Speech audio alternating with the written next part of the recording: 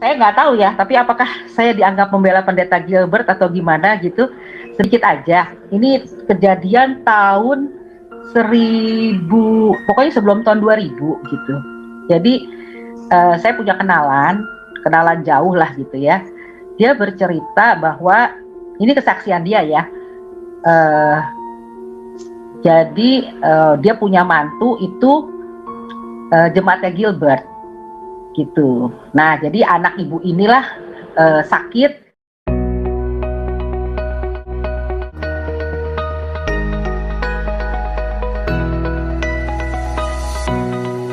Hati-hati Anda ya, khilafah itu datang mukanya itu nggak pakai muka yang serem-serem ya, tapi pakai muka orang-orang alim, orang-orang berjubah agama. Dan tiba-tiba Anda sudah, nah itulah kayak Komar, Gilbert, ini orang-orang yang tidak waspada.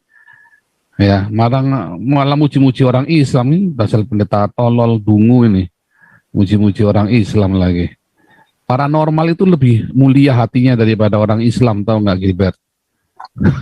Bodoh sekali ini si Gilbert itu. Coba Anda lihat Cimahi berdiakonia itu ya, orang lagi tidur di pinggir jalan begitu. Ini Gilbert mana ngerti yang begini-begini nih. Coba lihat yang lagi tidur jalan ini ya. Lihat ini ya, saya kasih mouse ini. Yang di tengah ini ya, Cimahi berdiakonia. Coba Gilbert mana paham yang begini-beginian. Dari Jakarta, saya dari Eropa aja bisa tengok, lihat begitu. Ya, sementara Gilbert yang di Jakarta masih tega pakai jam tangan mewah. Ngeri ya? Nggak ada ikunya ya, kayaknya rasanya kurang berempati kayaknya ya Pak ya gitu ya. Ya, itu melanggar Pancasila. Tidak ada empati, tidak bersimpati itu ya, namanya tidak tepa selira. Ya, itu nggak tepa selira namanya. Nah, itu melanggar Pancasila itu. Karena sifat mawas diri tepa selira itu adalah Pancasila, yang diajarkan Pancasila. Nah, itu yang wah, mantap itu Pak Charles. Coba tolong kasih lihat Pak Charles itu baknya. Nah, luar biasa. Sebentar Pak Charles, saya perbesar dulu Pak Charles. Sebentar. Nah, caranya gimana nih? Saya perbesar dulu ya Pak Charles ya. Tolong kasih lihat. Supaya teman-teman bisa melihatnya dengan jelas. Sebentar Pak Charles, tahan. Luar biasa. Ini yang lain. Wah, tuh ya, ada 2 mobil ya. Ini punyanya Parung juga, tuh 2 mobil, lihat. Pak Siliwangi. Ya, Pak Siliwangi, itu isinya segitu kita bagi-bagi, 2 Pak Charles tadi. Ya. Lo lihat lagi. Nah, ini 2 mobil Pak Charles ya.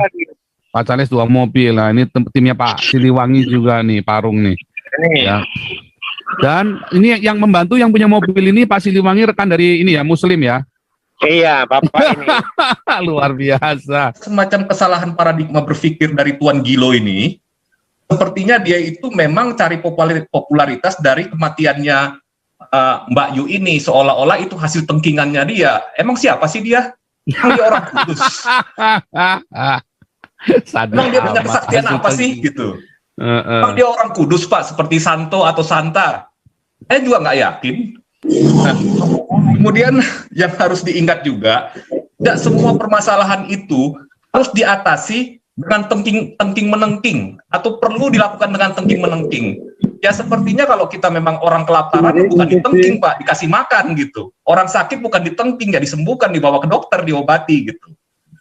Jadi ini saya melihat, saya sih bukan apa-apa ya, kita turut berduka cita kepada Mbak Yu, apapun sumber daripada kekuatan yang dia bisa membuat seperti itu hanya dia yang tahu, dan itu urusan dia dengan Tuhan, dan Tuhanlah yang berperkara dengan dia. Tetapi kalau saya melihat menghakimi Mbak Yu atas ramalannya dengan mengatakan ramalan saya yang benar, atau Tuhan Yesus saya yang benar, atau ramalan kamu yang benar, saya kira itu terlalu berlebihan Pak. Lebay saya kira Tuan Gilo ini gitu. Tuan Gilo ini lebih berlebihan. Jadi dia itu hanya mempergunakan mempergunakan kemalangan yang diderita oleh orang lain sebagai alat untuk pansosnya dia gitu, menunjukkan bahwa dia itu orang sakti atau orang hebat. Itu yang menurut saya aneh gitu sebagai hamba Tuhan. Saya kira itu aja, Pastor. Menurut saya begitu, saya setuju ya. Saya juga setuju juga Pak Paul. Pak Ya. Paul, kalau Mbak Yu itu punya kelebihan, saya sangat setuju dari suara apa tuh? Dari penerawangan saya juga, saya melihat bahwa dia punya kelebihan. Satu, dia kelebihan berat badan. Dan Iya. kedua, kelebihan lemak. Itu yang jelas. Iya, betul. Ya kan? Jadi harus terima dong kalau Mbak Yul punya kelebihan itu ya. Lebih berat badan, Itu lebih kelebihan lemak. berat badan dan kelebihan lemak. Ya, monggo silakan lanjut. Ya, Pak Ya, Paul, kita harus terima. Harus terima kenyataan. Ya, jangan sirik. Ya, begini Pastor. Kalau satu waktu itu kejadian menimpa dirinya sendiri, apa yang dikatakan orang nanti? Ternyata dia begini, kan gitu kan? Artinya kita dengan segala kemalangannya orang, kita juga harus bisa menilai, jangan menghakimi dari kemalangannya orang. Kalau menurut saya sih begitu. Jadi Tuan Gilo ini sepertinya sok sakti gitu, Pak. mohon supaya mungkin banyak yang tidak mengetahui istilah-istilah yang disampaikan baik oleh bapak-bapak di Zoom ini, Tuan Gilo. Sebenarnya yang ditujukan adalah Pendeta Gilbert Lumaindong. Jadi ya, anda usah kita sembunyikan namanya, karena ya memang ini yang menjadi bagian daripada kita juga kalau diminta sebagai orang-orang Kristen untuk bersuara. Karena menurut saya, Gilbert Lumaindong adalah seorang pendeta oportunis. Jadi mempergunakan kesempatan di mana dia bisa menghasilkan sesuatu, tujuannya ya memperkaya diri lah istilahnya. Jadi banyak dia melakukan mungkin pelayanan-pelayanan yang lebih berorientasi kepada teori-teori kemakmuran, dari lifestyle dia, dari segala apa yang dia capai, sepertinya tuh wah dan mewah. Ya tentunya kita juga mungkin tidak bisa menyangkal kalau seorang hamba Tuhan itu ya hidupnya di atas rata-rata yang lain. Kalau dia aslinya sebagai pengusaha, karena banyak dalih daripada hamba-hamba Tuhan, sering saya juga berdiskusi bahwa ya sebaiknya jangan menonjolkan kekayaan kemewahan, karena banyak jemaat yang sulit hidupnya. Sehingga ini akan menjadi bumerang seorang pendeta yang luar biasa, kekayaannya, terus jemaat banyak di antara mereka yang ya pergi kerja pakai naik bus atau bahkan jalan kaki. Apakah ini sesuai dengan pelayanan kita sebagai orang-orang yang ingin mengajak mereka kuat dalam iman? Jadi dalam hal ini banyak dalih daripada hamba-hamba Tuhan juga yang mengatakan, loh, kok Abraham aja kaya sebagai orang yang dipanggil Tuhan. Dan sebenarnya ya kita harus melihat sejarahnya. Abraham itu sudah kaya sebelum dia dipanggil Tuhan. Jadi bukan karena dia kaya waktu Tuhan telah panggil, tetapi dia sudah kaya, bahkan kekayaannya itu sampai dia bagi-bagikan kepada keponakannya si Lot. Jadi kalau dalih itu yang dipakai misalnya khususnya oleh hamba-hamba Tuhan yang mencari keuntungan pribadi, tentu ini harus kita suarakan, karena apa yang mereka... Sebentar Pak, saya potong Pak. Jadi tadi sebelum lupa, jadi kalau memang Pak Gilbert mau menggunakan dalihnya Abraham, maka Gilbert harus bagi-bagi kekayaannya kepada sanak familinya Pak. Ini tolong sanak familinya Gilbert, tolong didengarkan ini. Ya betul Pak. Terima kasih. Dan kedua, soal ramalan. Dia ingin membatalkan ramalan daripada si Mbak Ayu peramal ini. Ramalan itu adalah hak setiap orang. Dia pun meramal dari akhir dari pembicaraannya. Seperti Indonesia akan jadi makmur. Dari mana dia tahu Indonesia akan jadi makmur? Dia sendiri tidak pernah menyuarakan keadilan di Indonesia. Jadi hal-hal seperti ini, ya kita bisa menilai seorang hamba Tuhan yang oportunis. Dalam satu kesempatan dia bisa bergandengan dengan kelompok Kadrun Khilafah. Itu dia telah buktikan dalam Pilpres menguntungkan Prabowo pada waktu itu. Bahkan dia telah meramal dan mendoakan Prabowo akan jadi presiden. Nyatanya juga enggak. Tapi dari balik itu semua, apa yang tujuan Gilbert Lumaindong? Tentu mendapatkan profit daripada Prabowo atau adiknya sendiri yang kebetulan ya orang Kristen. Jadi hal-hal seperti ini harusnya ya lebih condong kepada ya kalau betul-betul dalam dunia pelayanan, janganlah kekayaan itu yang dimunculkan atau jualah sebagian daripada kekayaan itu. Kalau pakai jam yang miliaran, juallah, bagikan itu sebagaimana yang dilakukan oleh kawan-kawan kita yang berdiakonia, beli nasi bungkus dengan kualitas yang bagus sekali, kita mensyukuri usaha-usaha seperti ini. Ini saya nggak tahu ya, tapi apakah saya dianggap membela pendeta Gilbert atau gimana gitu, sedikit aja. Ini kejadian tahun 1000, pokoknya sebelum tahun 2000 gitu. Jadi saya punya kenalan jauh lah gitu ya. Dia bercerita bahwa ini kesaksian dia ya. Jadi dia punya mantu itu jemaatnya Gilbert gitu. Nah, jadi anak ibu inilah sakit, bukan melahirkan dan harus operasi dengan biaya segala macam gitu loh.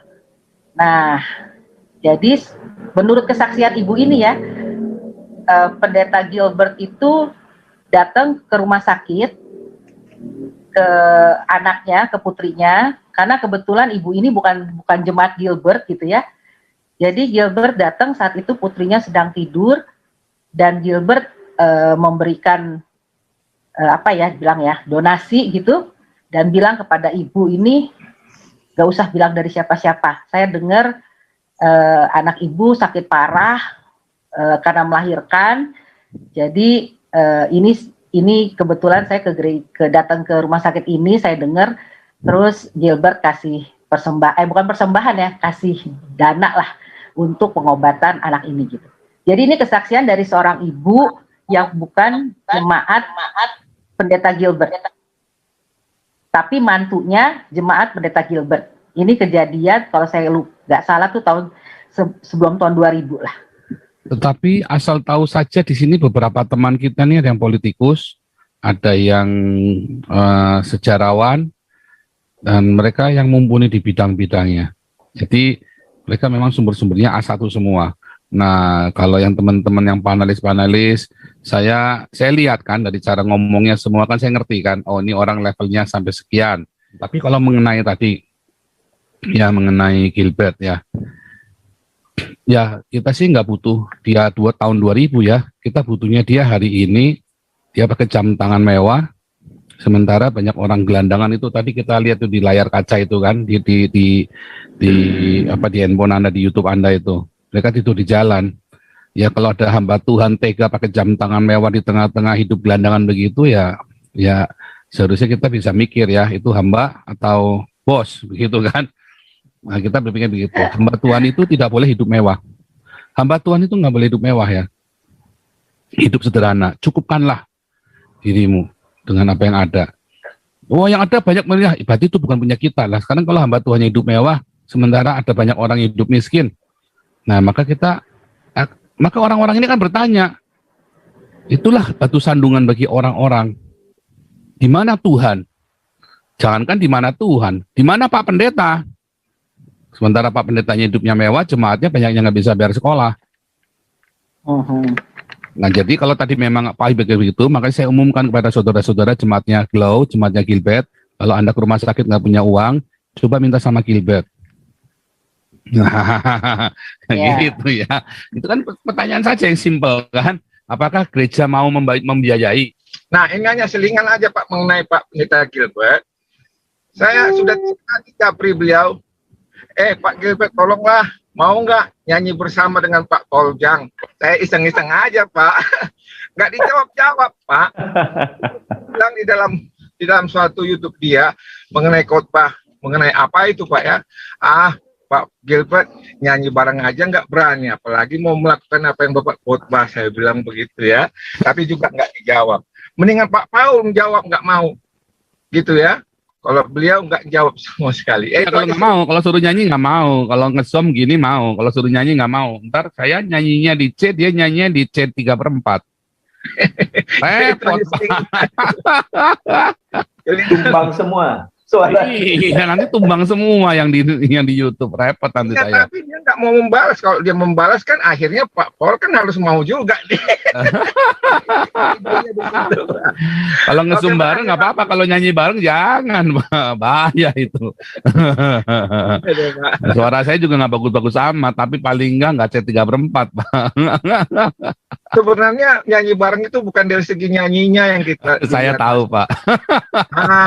Bagus lah Pak, itu maksud saya. Aduh, makanya saya bilang ngesom bareng nggak apa-apa, yang penting jangan nyanyi bareng. Iya, iya.